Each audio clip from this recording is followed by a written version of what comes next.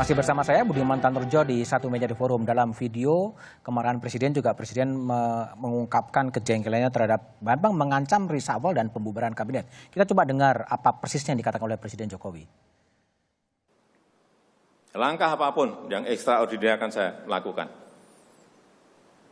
untuk 267 juta rakyat kita, untuk negara. Bisa aja membubarkan lembaga, bisa aja reshuffle, udah kepikiran kemana-mana saya. Oke, baik. Saya kembali ke Burhanuddin Muhtadi. Jadi extraordinary ya, kemudian membubarkan lembaga, reshuffle kabinet dan kemana-mana. Apa yang Anda baca dari statement Presiden itu? Seperti yang tadi saya sampaikan, pernyataan ini bisa dibaca dalam berbagai macam sisi.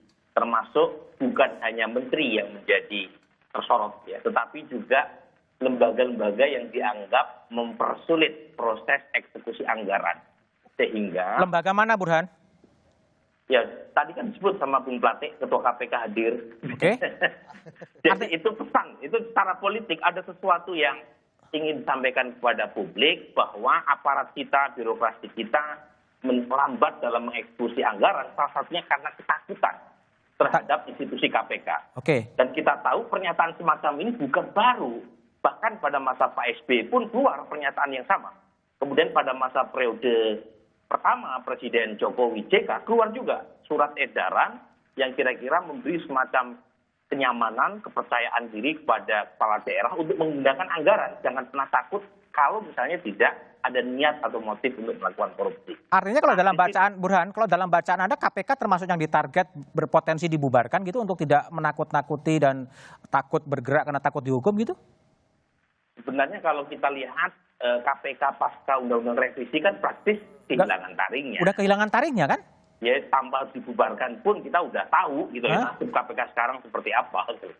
Jadi kalau saya melihat sih bukan KPK-nya saja, KPK diundang untuk memberi semacam kenyamanan kepada menteri dan aparat birokrasi di bawah bahwa nggak usah khawatir kalau memang tidak ada niat korupsi ngapain takut kira-kira begitu. Oke. Kalau menterinya siapa yang menjadi target sebetulnya? Nah ini menarik nih, Bung Budiman ya. Saya tidak yakin apakah pernyataan Pak Jokowi waktu membuka sidang kabinet tanggal 18 Juni itu hanya kurang lebih sekitar 10 menit video yang ditampilkan di publik. Saya yakin lebih. Tetapi ketika 10 menit itu yang kita lihat, pasti ada unsur performatif. Ketika Presiden menyebut anggaran 75 triliun untuk kesehatan, baru kepake 1,53%, itu kamera pas menyorot Menteri Kesehatan. Oke. Ya, kemudian ada juga beberapa menteri yang disorot, termasuk bidang-bidang yang disebut adalah alokasi soal distribusi bansos. Meskipun disebut lumayan, tetapi tidak cukup sesuai dengan situasi krisis sekarang yang membutuhkan lebih dari sekedar lumayan. Kemudian UMKM itu juga disebut tuh, tetapi tidak disebut menterinya, tapi disebut bidangnya. Nah kalau saya lihat itu memang sinyal yang sangat kuat. Nah justru sekarang yang menjadi tanda kutip diminta pertanggungjawaban adalah Presiden Jokowi sendiri karena sudah merilis hasil pidato yang berisi kemurkaan tadi. Apa yang disebut dengan diminta pertanggungjawaban? Orang Jawa itu bilang kakean gluduk ora ana udane. Kakean gluduk ora ana udane.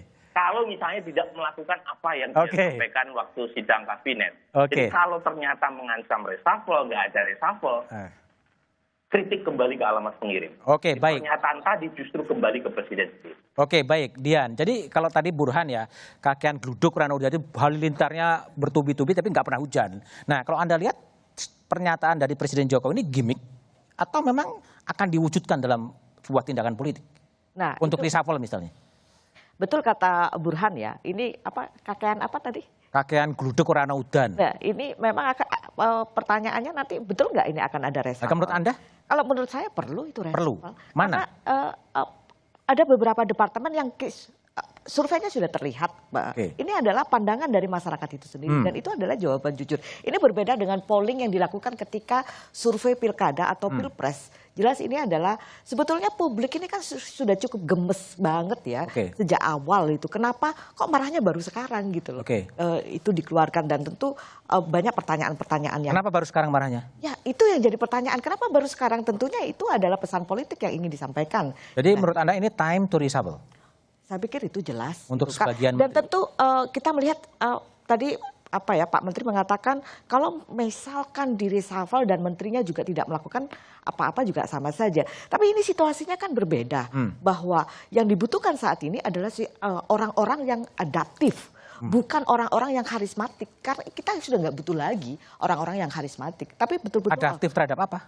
Terhadap situasi saat ini, VUCA dengan volatile, VUCA. Ya dengan volatile uncertainty dan ambiguity. Ini adalah orang-orang yang menghadapi tornado atau bukan feodal malah ya? Ya bukan lah, udah menghadapi tornado ketidakpastian saat ini dan dengan model memilih orang-orang yang punya karismatik tidak akan menyelesaikan masalah dan technical management pun juga tidak akan menyelesaikan masalah karena juga pada persoalan yang kita lihat ada Elizabeth Holmes, dia adalah CEO dari saya lupa perusahaan di bidang teknologi kesehatan.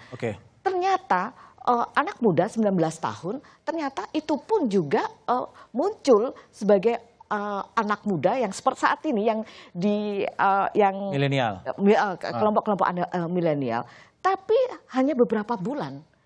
Ini pada akhirnya juga akan tersungkur juga. Jadi ini betul-betul dibutuhkan orang-orang yang sangat adaptif. Ansi, jadi kalau kritik dari Dian, ini time to reshuffle bagi para menterinya. Apakah ini juga kesalahan dari Presiden Jokowi dalam memilih menteri sebetulnya? Ya, Presiden Jokowi memberikan kesempatan. Tentu pada saat memilih itu kan Presiden Jokowi punya parameter tersendiri, punya pertimbangan tersendiri.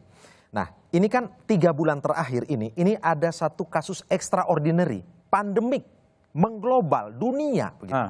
Jadi reshuffle ini tidak sekedar reshuffle dalam pengertian reshuffle seperti biasa, kerja dalam situasi normal. Tetapi penyerapan anggaran, itu penyerapan anggaran terkait dengan kerja-kerja, terkait dengan kerja pandemik ini. Karena itu mungkin ini dituntut lebih. Ya, dituntut pertanyaannya lebih. Apakah ini waktunya untuk reshuffle kabinet atau enggak? Ya, saya kira kabinet ini sudah berusia 8 bulan. Dan 3 bulan terkait dengan pandemik ini mungkin waktu yang pas. Tetapi poinnya adalah bahwa tentu semuanya ini harus di atas dasar merit system, meritokrasi. Kalau memang dia bagus, ya tentu harus mendapat reward. Kalau menurut pandangan pribadi saatnya juga untuk mereshuffle sejumlah menteri? Silakan. Kalau menurut Anda? Silakan. Itu prerogatif presiden. Kalau menurut penilaian prerogatif presiden. Prerogatif presiden. Terserah presiden? Ya, prerogatif presiden. Tapi harus komunikasi dengan pimpinan partai politik?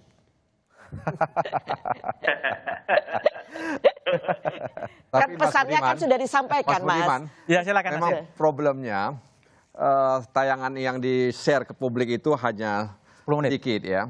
Yang hanya ditampilkan yang marah-marah gitu ya. Seharusnya publik itu juga disuguhi dengan gagasan besar seorang presiden. Lah memang hanya itu kan? Maksudnya hanya itu gimana? Ya 10 menit itu. Ya, emang ada yang lebih luas? Ya saya nggak tahu makanya karena saya nggak hadir ya karena saya bukan bahagian dari kabinet. Seharusnya memang ya seharusnya ya staf presiden itu kalau memang ada sekali lagi gagasan besar presiden terkait bagaimana negara ini menghadapi extraordinary situasi seperti ini. Ya sebenarnya Perpu itu juga extraordinary ya Perpu itu. Dan sebenarnya kalau alasan takut saya pikir itu alasan yang dibuat-buat saja. Sebenarnya KPK juga sejak April itu sudah buat surat edaran. Bagaimana kemudian langkah-langkah pencegahan terkait dengan misalnya ada dugaan atau ada potensi tindak pidana korupsi dalam penanganan COVID ini. Bulan April sudah dibuat oleh KPK. Pencegahan kan? Ya, pencegahan terutama terhadap pengadaan barang dan jasa. Jadi kalau alasan takut itu dibuat-buat sebenarnya hanya untuk menutupi ketidakmampuan ya untuk mengeluarkan anggaran. Ya, jadi kalau kami waktu itu meminta kepada KPK ya agar kemudian membuat planning bagaimana mendampingi ya pemerintah Sehingga kemudian potensi-potensi korupsi itu bisa dihindari. Misalnya dalam soal pengadaan barang dan jasa, kemudian sumbangan pihak ketiga, kemudian realokasi untuk penanganan COVID, kemudian juga bagaimana bantuan-bantuan sosial. Itu sudah dibuat sebenarnya semuanya. Tapi kenapa kemudian daya serapnya masih rendah? Jadi ini bukan soal ketakutan, tapi memang soal kinerjanya yang memang. Mas Bud, kalau bicara soal narasi besar, Presiden sudah ngomong ini periode penyelamatan. Bahkan kebijakannya sudah ada PSBB, ada Perpu, ada Inpres, refocusing dan realokasi. Tinggal ini para menteri dan ASN di bawahnya menjalankan ini. Jadi narasi besarnya itu sudah ada.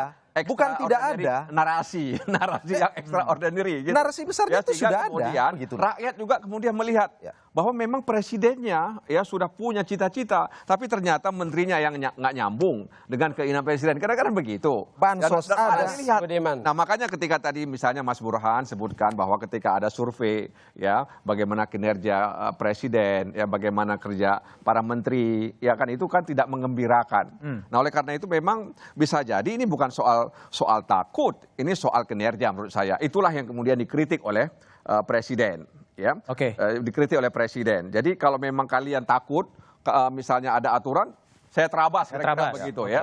Kalau kalian misalnya kurang ini, saya berikan kira-kira begitu. Ya kan? Tapi apakah kemudian itu menyelesaikan masalah? Bu Budiman. Ya silakan, Burhan. Kalau saya melihat gini, jadi dari awal sebenarnya tidak ada niat untuk share ke publik. Tidak ada niat. Jadi, ini bacaan saya ya. Jadi kemarahan yang memang sengaja disampaikan kepada para menteri, anggota kabinetnya, kemudian disampaikan juga kepada pihak terkait bahwa ada persoalan serius terkait dengan bagaimana menyelesaikan penanganan COVID yang punya implikasi ke ekonomi. Tetapi setelah dilihat ternyata tidak cukup cakap respon dari sebagian kementerian, akhirnya dirilis. Jadi ini semacam pretext to reshuffle gitu ya. Ini kalau kita kaitkan dengan periode pertama Pak Jokowi kan reshuffle juga terjadi di bulan Agustus. Jadi 1 tahun pertama sebelum menginjak full 1 tahun penuh sejak beliau diangkat. Jadi ini kelihatan sekali. Meskipun jujur saya merasa terlambat gitu ya. Kalau mau reshuffle itu justru beberapa bulan sebelumnya. Dan apakah ada case-nya banyak beberapa negara itu melakukan reshuffle di tengah-tengah pandemik dan itu bukan persoalan yang biasa dan bukan juga extraordinary, ini biasa saja dari hak prerogatif presiden. Saya sebut terlambat karena dari awal banyak respon dari kementerian yang menurut saya tidak menunjukkan sikap empati. Ada pernyataan-pernyataan yang underestimate. Jadi ini yang menjadi semacam cacat bawaan. Jadi sebaik apapun respon kementerian masalah COVID, karena dari awal responnya itu terkesan underestimate, maka publik sudah ilfil. Baik, Burhan, saya akan berikan hak kepada Bung Plate untuk merespon soal performa dari menteri-menteri yang memang tidak cakap sebetulnya. Sebagian, saya bilang. Sebagian. Tidak termasuk menteri kamu. Gimana, Bung Plate? Jadi yang pertama begini ya, saya harus sampaikan bahwa saya setuju dengan apa yang disampaikan Ansi tadi. Reshuffle kabinet itu hal yang biasa saja. Ya, yang dapat dilakukan kapan saja. Dalam situasi yang tidak COVID. Jadi bukan extraordinary kan itu, based on konstitusi. Biasa, pada saat presiden menilai kinerja kabinetnya tidak sesuai harapannya, dan prerogatif itu ada di presiden. Silakan itu dilakukan. Nah tetapi tentu presiden juga menghitung efektifnya efektifnya langkah-langkah yang diambil. Apakah langkah-langkah yang diambil ini membantu untuk menyelamatkan perekonomian nasional akibat dampak COVID atau tidak? Tadi jelas sekali apa yang disampaikan oleh Bapak Presiden. Kalau misalnya takut, tidak perlu takut, saya setuju juga. Sejauh mens rea-nya tidak untuk korupsi. Silakan ambil keputusan. Tapi memang disasar KPK memang. Tidak, saya tidak bilang begitu. Seluruh lembaga yang membidangi hukum tentu mengawasi itu. Seluruh, bukan hanya KPK, ada kejaksaan, ada kepolisian, semuanya. Bahkan pengawasnya dari DPR juga. Ya. Tapi DPR juga ya, mohon maaf aja juga, ini pekerjaan bersama, legislatif, eksekutif, dan semua quasi government, itu harus bekerja bersama-sama. Itulah 5 spiral bangsa. Gitu.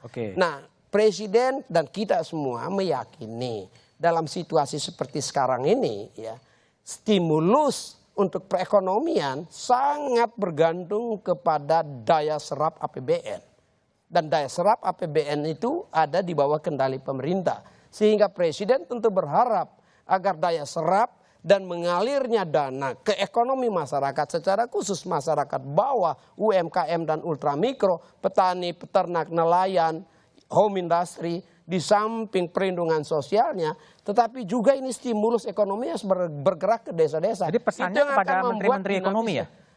Pesannya kepada seluruh lembaga negara, khususnya yang di bawah kabinetnya, ini sebagai kepala pemerintahannya, anggota kabinetnya, untuk bekerja lebih karena bergantung kepada stimulus dari APBN. Saat ini begitu penting. Bung Prate, stimulus investasi kan berat ini. Ya, stimulus APBN itu yang. Enggak, tapi yang juga tertarik, Anda kan berada di dalam ya. Ketika Presiden ngomong bila perlu saya bubarkan, pikiran saya udah kemana-mana. Ini yang dibayangkan lembaga yang mau dibubarkan itu yang mana sih dalam bayangan seorang Joni Plate yang hadir dalam pertemuan 18 Juni, tapi jawaban Bung Plate setelah jeda berikut ini.